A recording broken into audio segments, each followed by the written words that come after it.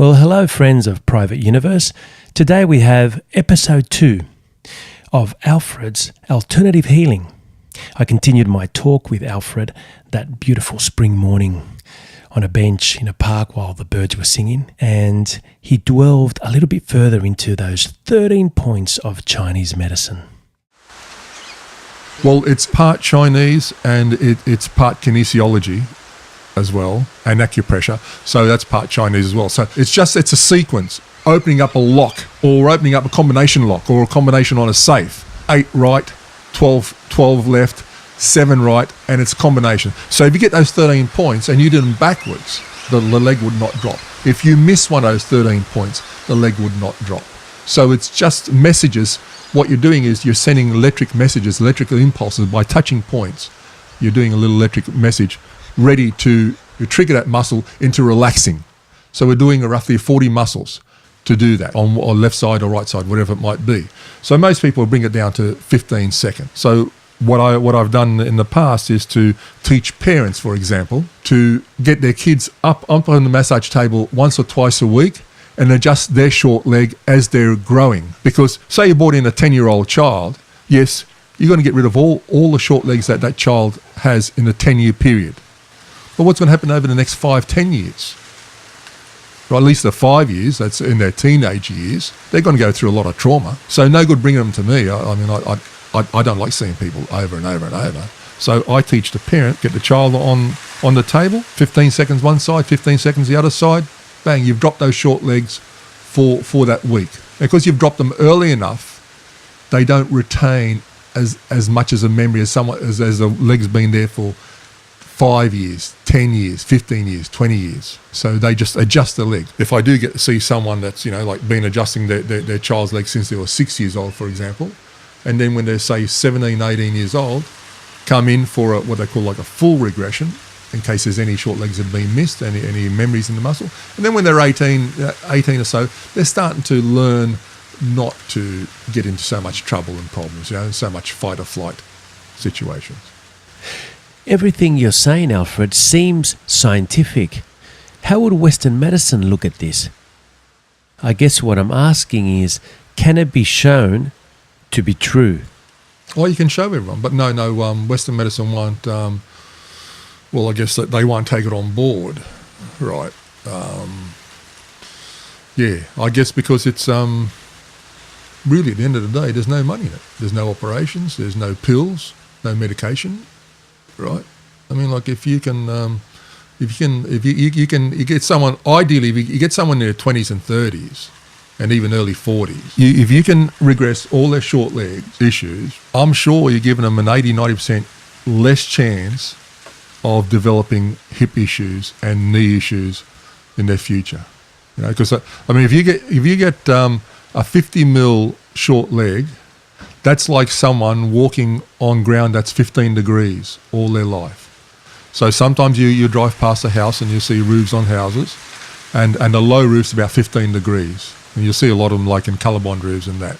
So that person's walking around on that angle all their life. As I said, it's like having a 2-inch or say 50 mil these instead of inches, 50 mil or 5 centimetre on one side. Right, so 50 mil, shoe on the right leg, on the right foot, and nothing on the left foot. Right, you walk around like that. But as I said, if you do it straight away, like, oh, that's hurting me, it's no good, right? Can't do it all day. But because you accumulate those short legs little bit by bit over years, your body adjusts to it. How long has this type of treatment been around, Alfred? How long has it been around for humanity to use? With the manual adjusting of short legs, which I told you 13 points, that's been around for a good couple of 100 years. And whereas the one that I do, where it's adjusted more on a spiritual level, well, I've never met anyone that can do it. I discovered that when I was about 19 years old. How did that happen? Oh, well, when I'd start working on someone, and you'd have them on the table. And I used to work with a lot of bodybuilders. I have a lot of friends who used to do bodybuilding, but I never got into it. I didn't like the idea looking in the mirror and kissing your muscles. Those days they did a lot of that. I don't know, they still do it today. But so I had a lot of friends because I used to go around from gymnasium. I used to go to Marrickville Gym, Lewisham Gym, Leichhardt Gym, Annandale Gym, and help the bodybuilders out with different type of processes. We might talk that another day. But when I, the guys would say, "Could you give me a massage?" Right, and I would organise a place for them to come do a massage, either at Mum's place where I was living there, or I'd go to their place, take a massage table, and you'd always see, like, for the first time you see them, you always see that they got one leg short than the other. And when you look at a short leg, you don't look at you look at the bottom of the foot, of course. You don't look at the toe side. You look at the heel, Right. because the heel can't pivot like the toes. Sure. And you will see that one heel will be shorter than the other. Okay. So as I was massaging these guys, I would notice that the leg length would correct itself, but the shorter heel would drop down and leg length would be perfect. And I didn't take much notice of it, and I thought maybe I'm just sort of touching a muscle somewhere like that. A few years went past, and I ended up, I was working as a painter decorator, and I was working in Burwood. And one day I went to buy some lunch, and there was this a health food shop. It was selling sandwiches, and there was quite a few people in there. So I went in there and I waited my turn and went up and I said, "I'll have a chicken sandwich," or whatever it might have been.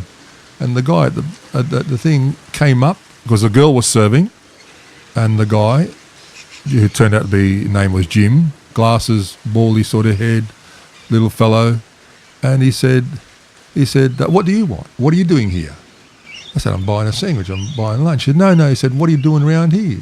He could see that, he pointed to my clothes, he could see that had paint on my overalls and that. I said, "I'm just painting up the road and I just come to get some lunch." I said, "Is there a problem?" No. He said, "Listen," he said, "when you finish, come in, I want a word with you." So I'm thinking that he wants a quote. I was going to get another job.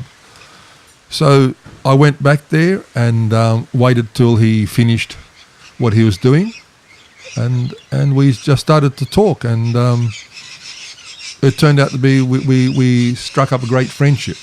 He taught me kinesiology. He taught me a lot about homeopath, naturopath. He taught me a lot about that. I would go there almost every afternoon and help stack up his shelves, right, restack it. We'd have dinner there because he'd always have a lot of food left over. And they had this chicken. I still remember, it was the most magnificent chicken I ever tasted in my life. Don't know what they used to do to it, but it was magnificent. So always used to get these chicken rolls with salad.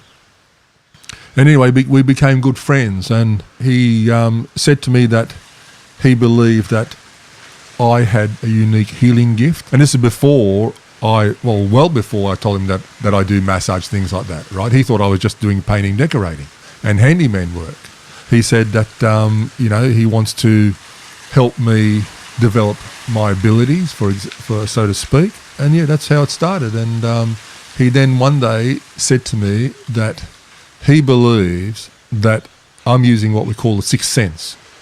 So we've got five senses, but apparently what he believed in was that in the days of Atlantis, if you believe in that, he did, I'm not quite sure about it, but he said that people there would use sixth sense to communicate. Healers would use their sixth sense to heal people. So the healers there, the doctors or healers, use their sixth sense to heal. So then I started telling him what was going on in massage and that, and he said, "Well, what you're doing is you're adjusting these people's body with your mind, with sixth sense, without you knowing." Interesting. Anyway, so I feel that he might be right there. I got no real proof on it, but I've shown hundreds of people, if not thousands of people, that you can adjust the short leg without touching someone. So something's going on there, but I'm a little bit more on the, I need proof. I'm a bit of a doubting Thomas, even to myself. I need proof, but proof's in the pudding there. So that's how that bit started, how we got onto adjusting short legs. And then years later, which was back in, I think 2008, about 10 years later, I did a course, a healing course. That's when that particular teacher there, was teaching us to adjust the short leg manually. I discovered that there was another way of adjusting a short leg. I always thought that the only way you can adjust it without chiropractic work, as I mentioned earlier on, was what really is say, spiritual healing, but there is a manual way, and that's what. So that's what I started teaching the groups or parents, which I prefer. I always prefer to teach parents to work on their child. So that means that the child is actually growing up straight.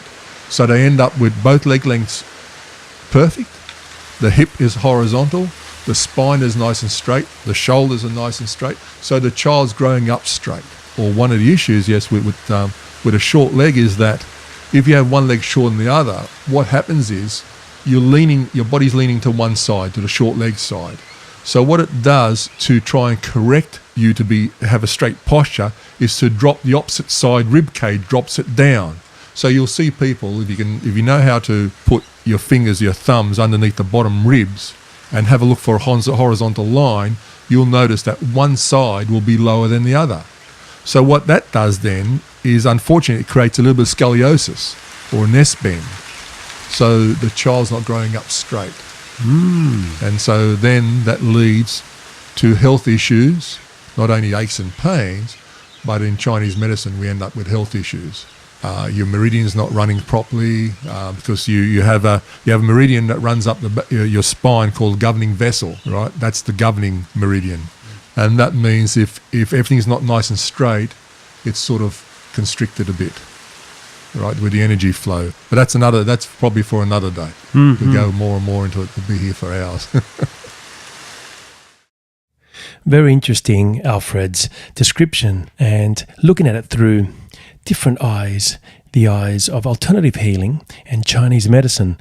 Can't wait to look at those other issues as he was talking about, especially those meridians.